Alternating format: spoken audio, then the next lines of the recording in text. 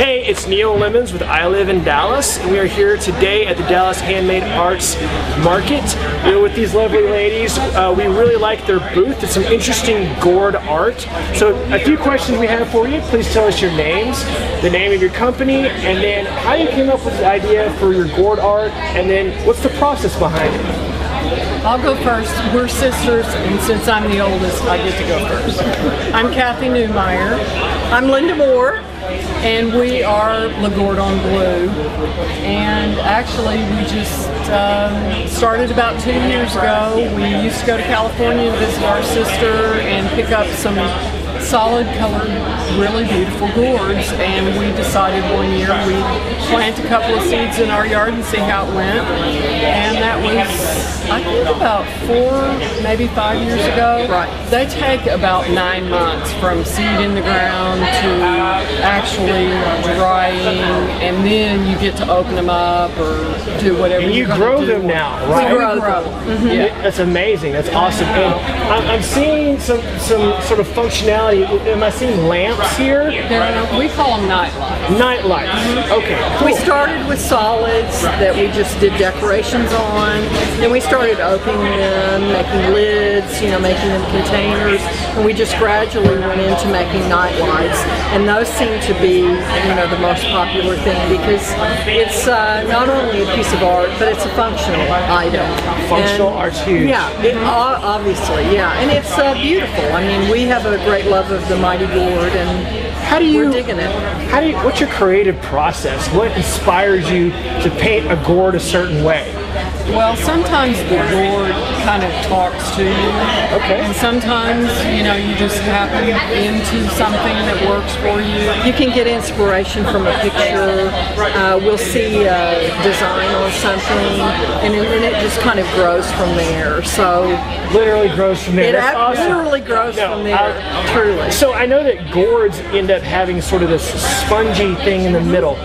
Do you make use of that? Do you give those to the company? No, or just clean those out? We don't. Clean them out. The gourd doesn't have anything in it but a fibrous network with seeds. We'll harvest the seeds, and we've attempted to grow some of those, but when you grow gourds, the interesting thing about gourds is if you're not growing all the same variety, you can cross-pollinate. So when you think you've got one variety growing, some little friend came and pollinated off a different variety of gourd, so they can kind of change their shapes. We work with that, and we like that, but the seeds will hang on to. So you like the variety. I know.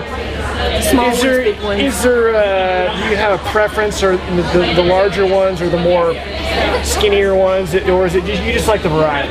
Well, we like the variety. Yeah. I have a favorite. It's called a bushel gourd. And gourd? Bushel. And if you literally, I've never done it, but if you cut all of the fruit off except for one and let it grow, it can grow to be the size of a bushel. And it's an incredible shape. It's just a beautiful shape, and I've had some pretty good success with it. And I will go back to answer about what to do with the insides of them, because we're organic. Everything we do is organic. And I actually have a guy that lives next door to me who organically grows mushrooms, and he requires sawdust and things.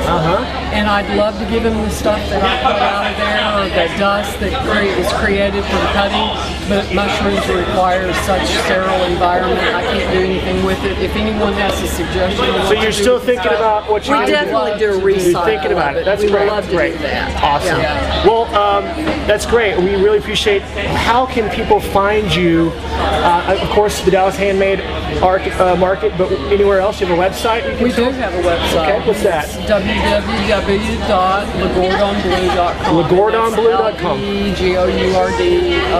Legourdonblue, like Le Cordon Bleu, but we create tasty, I love it. decorations. I love it. Thank you, ladies, very much for your time. Thank you. Thanks. All right. It's Neil again with ILiveInDallas.com. We are here at the Dallas Handmade Arts Market, and we've interviewed a couple of vendors today, but we are also speaking with some patrons. I just have a couple of questions. If you don't mind, just say your name and then tell us what made you decide to come here today? And then obviously you did purchase something. So what was your motivation for purchasing what you purchased? Sure.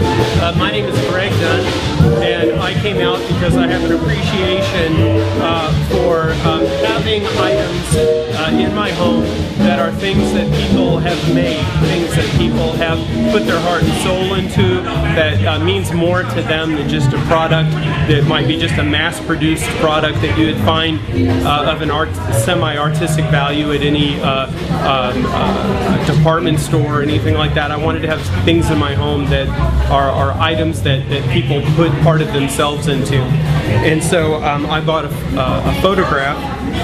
This is a photograph from one of the vendors named Moshe, and you can see that it's a very dramatic piece.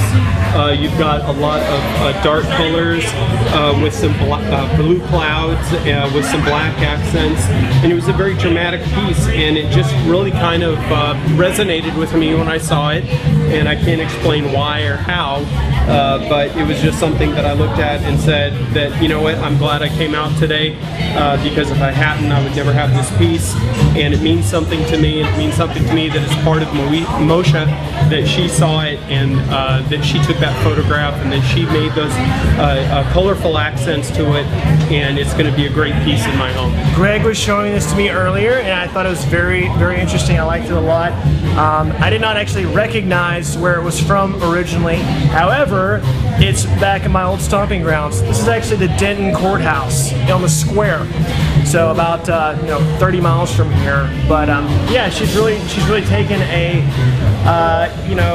taken something that might not be that interesting and turned it into something amazing looking that can be, it's handmade. It's awesome. So that's an excellent point. If you just saw a photograph of the Denton Courthouse, it might not mean anything to you, but the way that she has blacked out the background, it gives it a really kind of medieval old world castle kind of look to it. And if they hadn't told me that it was from Denton, I would have guessed that maybe it was a castle from Eastern India or somewhere like that. But beautiful architecture just here from Texas, beautiful colors, and just very dramatic, and I love this piece. So obviously you like people that have put some work into what you're buying.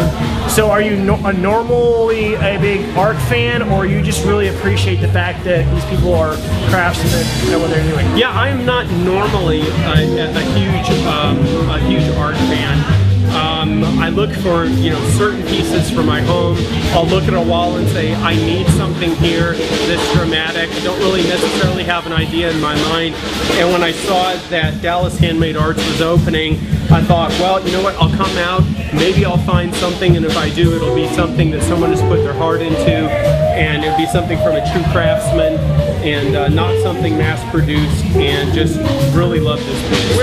Where did you visualize this going in your home? I'm going to put this in my home office. I'm going to put it behind my computer, and we'll look at it while I'm doing some of my work for my employer, and it's just really a great piece for a home office kind of setting, I believe. Great, thank you, Greg. Very good. Thank you, Neil. Thank you.